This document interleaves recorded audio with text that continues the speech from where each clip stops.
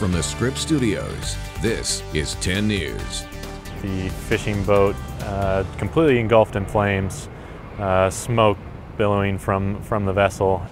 3 people are missing after a boat goes up in flames just miles off the coast of Point Loma. Good evening, I'm Vanessa Van Hefty. The U.S. Coast Guard and the Mexican Navy have been actively looking for those individuals. 2 people are currently in critical condition. The Coast Guard tells us the boat caught fire around 9:30 last night, 28 miles off the coast of Point Loma in international waters. This is video moments after 2 people were hoisted from the water and taken by the Coast Guard. They were then transferred to UCSD Medical Center. The initial call to dispatch indicated that they were full body burns to some of these patients. So again, I don't really know the full extent other than that they were in critical condition. At least 18 people were aboard the boat. The survivors were rescued and taken to Ensenada.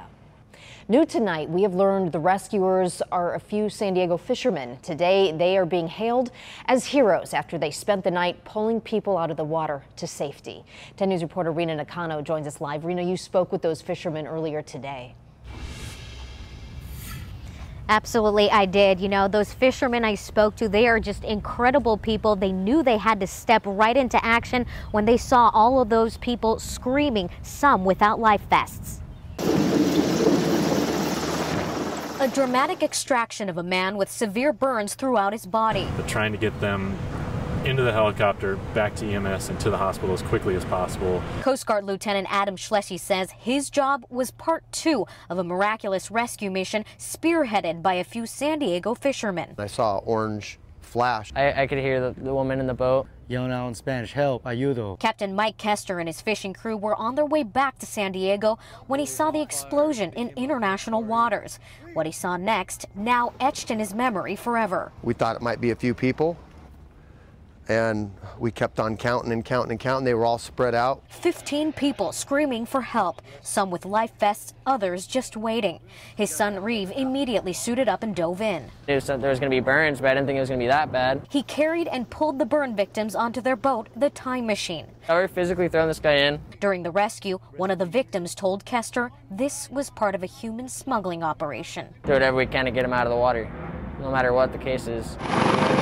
Of the 15, the Coast Guard flew 2 victims to UCSD Medical Center for critical burns. 13 were taken back to Mexico. One of the people that we rescued, they called us angels. But what are the odds that a fishing boat carrying Reeve Kester, a young bilingual English-Spanish speaker, expert diver, would be right there to save those lives?